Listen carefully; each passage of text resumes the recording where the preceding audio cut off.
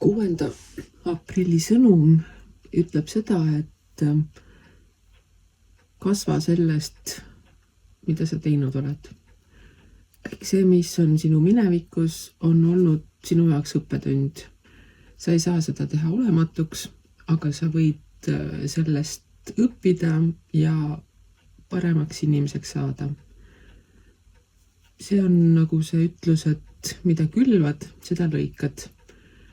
Et vaata siis tulevikuga selle pilguga, et mida sa oled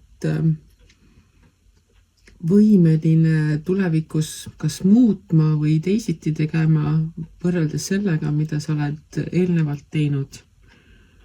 Või siis teisest küljest jätkama selle tegevusega, mida sa samuti oled eelnevalt teinud, mis on toonud sulle positiivsust ja tuge ja turvalisust. Et nagu ma ütlesin, et kõige lihtsam sõnum tänaseks on, mida külvad, seda lõikad.